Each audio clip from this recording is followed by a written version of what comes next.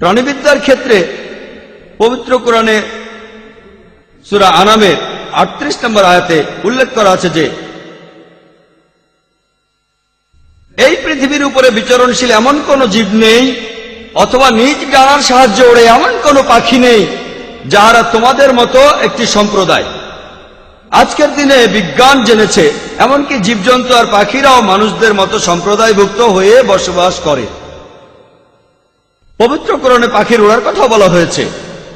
সূরা নাহলের ৭৯ নম্বর আয়াতে উল্লেখ করা হয়েছে তাহারা কি বিহঙ্গের দিকে লক্ষ্য করে না যাহারা আকাশের শূন্য গর্ভে নিয়ন্ত্রণাধীন? অন্য কেহই তাহাদের স্থির রাখে না, শুধুমাত্র আল্লাহ তাআলাই তাহাদের স্থির রাখেন। এছাড়া পবিত্র কোরআনে সূরা মুলকের ১৯ নম্বর আয়াতে উল্লেখ করা আছে উহারা কি লক্ষ্য করে না ঊর্ধ্বদেশে বিহঙ্গকুলের প্রতি যাহারা তাহাদের পক্ষ বিস্তার করে এবং সংকুচিত করে? কেহই তাহাদের স্থির রাখে না, একমাত্র আল্লাহ তাআলাই তাহাদের স্থির রাখেন এবং তিনি সকল বিষয়ে সম্পূর্ণরূপে অবগত। কোরআনের এই কথার সাথে আধুনিক বিজ্ঞানের সাম্প্রতিক আবিষ্কারের একটা অভাবনীয় মিল পাওয়া গেছে যে পাখিদের মাথার মধ্যে উড়ে বেড়ানোর প্রোগ্রামিং করা আছে, নার্ভাস সিস্টেম আছে। আর এই কারণেই ছোট ছোট পাখি আগে কোন রকম অভিজ্ঞতা না থাকলেও হাজার হাজার মাইল উড়ে বেড়াতে পারে কোন রকম গাইড ছাড়াই। তারা আগের জায়গায় ফিরেও আসতে পারে। আর এটার খুব সুন্দর একটা উদাহরণ দিয়েছেন প্রফেসর হ্যামবার্গার তার বই পাওয়ার অ্যান্ড ফ্র্যাজাইলিটিতে। প্রশান্ত মহাসাগরে এক জাতের পাখি রয়েছে। এই পাখিটা ১৫,০০০ মাইলেরও বেশি পথ ওড়ে আর এর সময় লাগে ৬ মাস। পাখিটা আবারও আগের জায়গায় ফিরে আসে, সময়ের হেরফের হয় খুব বেশি হলে ১ সপ্তাহ। এটা কিভাবে সম্ভব? বিজ্ঞানীরা বলেন এই পাখিদের ভেতরে নিশ্চয়ই একটা প্রোগ্রামিং রয়েছে। কে তাদের এই প্রোগ্রামিংটা করেছেন? উত্তর পবিত্র কোরআনে আছে আল্লাহ সুবহানাহু ওয়া তাআলা তাদের স্থির রাখেন। এখানে আরবি শব্দ আমসাকা অর্থাৎ থামিয়ে দেওয়া বা স্থির রাখা। পবিত্র কোরআনে সূরা নাহলের ৬৮ ও ৬৯ নম্বর আয়াতে উল্লেখ করা আছে যে তোমাদের প্রতিপালক মৌমাছিকে নির্দেশ দিয়েছেন তোমাদের গৃহ নির্মাণ করো পাহাড়ে, বৃক্ষে ও মানুষের গৃহে এবং ইহার পর প্রত্যেক ফল হইতে কিছু কিছু আহার করো এবং তোমাদের প্রতিপালকের সহজ পথ অনুসরণ করো তোমাদের সামর্থ্য দিয়ে। পবিত্র কোরআন এখানে কি বোঝাচ্ছে? যে আল্লাহ সুবহানাহু ওয়া তাআলা মৌমাছিদের কেন বলেছেন প্রতিপালকের সহজ পথ অনুসরণ করতে? ফ্রন্ট ফ্রেশ একজন বিজ্ঞানী যিনি ১৯৭৩ সালে নোবেল প্রাইজ পেয়েছিলেন, তিনি পশু পাখির আচার ব্যবহার নিয়ে গবেষণা করেছিলেন, বিশেষভাবে মৌমাছির যোগাযোগ করার পদ্ধতি নিয়ে।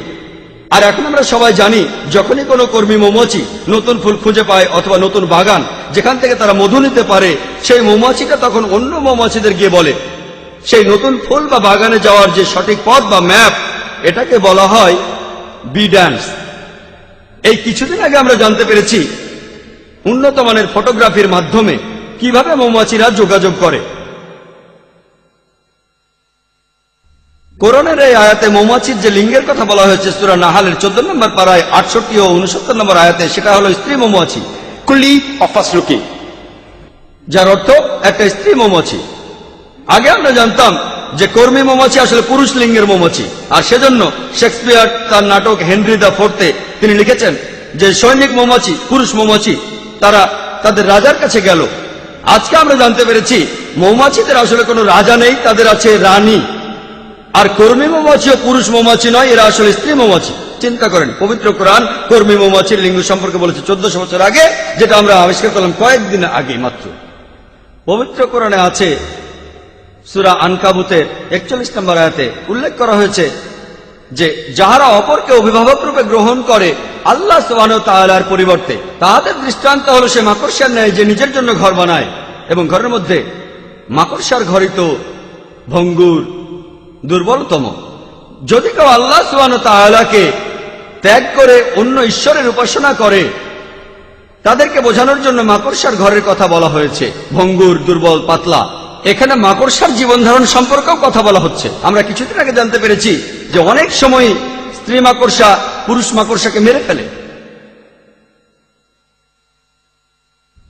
পবিত্র কোরআনে সূরা নামলের 17 এবং 18 নম্বর আয়াতে উল্লেখ করা আছে যে সুলাইমানের সম্মুখে জিন, মানুষ ও বিহঙ্গ মানে সুলাইমানের বাহিনী যখন পিপিলিকা উদ্দেশিত এলাকায় এসে পৌঁছল, তখন এক পিপিলিকা বলিল, তোমরা তোমাদের গৃহে প্রবেশ করো, যেন সুলাইমান এবং তাহার বাহিনী তাহাদের অজ্ঞাতসারে তোমাদিগকে পদতলে পিষিয়ে না ফেলে।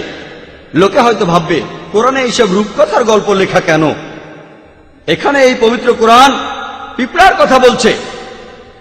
পিঁপড়ারা নিজেদের মধ্যে কথা বলছে, এটা একটা রূপকথার বই। কিছুদিন আগে আমরা জানতে পেরেছি যে কোনো প্রাণী অথবা কোনো কীট যার সাথে মানুষ জাতির সবচেয়ে বেশি মিল আছে সেটা হলো পিঁপড়া। মানুষের মতো পিঁপড়ারাও তাদের মৃতদেহ কবর দেয়।